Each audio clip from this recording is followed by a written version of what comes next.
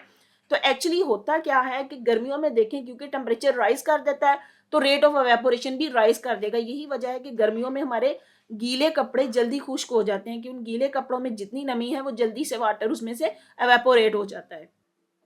जी, अगला टॉपिक देखें, difference between evaporation and boiling. Evaporation और बॉइलिंग का आपको डिफरेंस दिया गया है. एक इंपॉर्टेंट क्वेश्चन है, आप इसको याद रखेंगे, शॉर्ट क्वेश्चन की फॉर्म में भी आपसे पूछा जा सकता है. दोनों में डिफरेंस क्या है. अब एवेपोरेशन क्या है, it is the surface phenomena, मतलब ये सरफेस पे होगा. It occurs slowly and only at a surface of the liquid. Slowly, it occurs slowly. Evaporation slowly Aahista Aahista होता रहेगा जो आपको नजर नहीं आता है और सरफेस ऑफ द लिक्विड पे होगा. जबकि बॉइलिंग क्या है, phase change when a liquid turn into gas through out the entire liquid forming bubble. देखा आपने कि जब कोई भी लिक्विड को बॉयल करते हैं, वो बॉयल होना शुरू होगा तो उसके अंदर सारे की सारे बबल्स बनना शुरू हो जाएंगे. तो उस स्टेज को हम उसकी कह रहे हैं कि वो बॉइलिंग स्टेज है at a definite external atmospheric pressure पे. फिर इवेपोरेशन देखें, it occurs at all temperatures but below the boiling point. अब एवेपोरेशन की कंडीशन क्या है? एवेपोरेशन सारे टेम्परेचर पे होती है लेकिन बिलो द बॉइलिंग पॉइंट से नीचे नीचे होगा। It increases with increase the temperature and vice versa. अगर टेम्परेचर बढ़ा देंगे एवेपोरेशन बढ़ जाएगी, और अगर टेम्परेचर कम कर देंगे तो एवेपोरेशन कम हो जाएगी। वाइस वर्सा का मतलब होता है इसका ऑपोजिट। जैसे यहाँ पे बात की गई है increase with increase in temperature, तो वाइस वर्सा का मतलब है decrease with decrease in temperature जी। और बॉइलिंग क्या है? It occurs at a specific temperature. Boiling जो है वो स्पेसिफिक टेम्परेचर पे होगी। किसी भी चीज का बॉइलिंग पॉइंट एक स्पेसिफिक टेम्परेचर होता है at a normal pressure and call the boiling point. Evaporation में इट प्रोड्यूस कूलिंग। जब एवेपोरेशन फिनोमिना होता है तो कूलिंग फील होती है। अब एवेपोरेशन से कूलिंग कैसे फील होती है? आप गर्मियों के मौसम में देखें, आपको पसीना आ जाता है, वो आपकी बॉडी के ऊपर वाटर ड्रॉपलेट्स आ जाते हैं, लेकिन अगर आप यही पसीना खुश्क करने के लिए पंखे के नीचे बैठ जाएं तो आहिस्ता आहिस्ता आपका पसीना खुश्क होता है। तो एक्चुअली होता क्या है कि वो पसीने के ड्रॉपलेट्स आपकी बॉडी से एवेपोरेट करते हैं। जब वो आपकी बॉडी से एवेपोरेट करेंगे तो उन्हें कोई ना कोई हीट चाहिए होगी, वो हीट आपकी बॉडी से लेंगे। यही वजह है कि एवेपोरेशन को हम बोलते हैं इट प्रोड्यूस कूलिंग। तो आप उस वक्त खुद को थोड़ा ठंडा फील करते हैं। Boiling it does not result in cooling. अब बॉइलिंग हो रही है तो उसमें कूलिंग तो नहीं हो सकती है, क्योंकि बॉइलिंग टेम्परेचर एक स्पेसिफिक टेम्परेचर है जिसपे कोई भी चीज बॉइल होना शुरू हो जाती है, ड्रॉपलेट्स उसके गैसियस स्टेट में चेंज होते हैं जी। लास्ट पॉइंट है it requires a smaller amount of energy which is provided from inside the liquid. Evaporation के लिए बहुत कम एनर्जी चाहिए होती है, थोड़ी सी भी एनर्जी होगी तो मॉलिक्यूल्स वहां पे एवेपोरेट हो जाएंगे। जबकि बॉइलिंग के लिए it requires an external energy source, कि यहाँ पे कोई एक्सटर्नल एनर्जी सोर्स। अब यहाँ पे एक्सटर्नल एनर्जी से क्या मुराद है कि टेम्परेचर यहाँ पे चेंज किया जाएगा, उसको हम स्पेसिफिक कोई हीट देंगे, कोई उसको गर्म करेंगे तो उस चीज का बॉइलिंग पॉइंट आएगा जी। स्टूडेंट्स, अगर आपको मेरा लेक्चर पसंद आया है तो मेरी वीडियो को लाइक करें, अपने फ्रेंड्स के साथ शेयर करें, मेरे चैनल को सब्सक्राइब करें और बेल आइकन पे क्लिक कर दें ताकि हर आने वाली न्यू वीडियो सबसे पहले आपको मिल जाए। Thank you. दुआओं में याद रखिए। अल्लाह हाफिज़।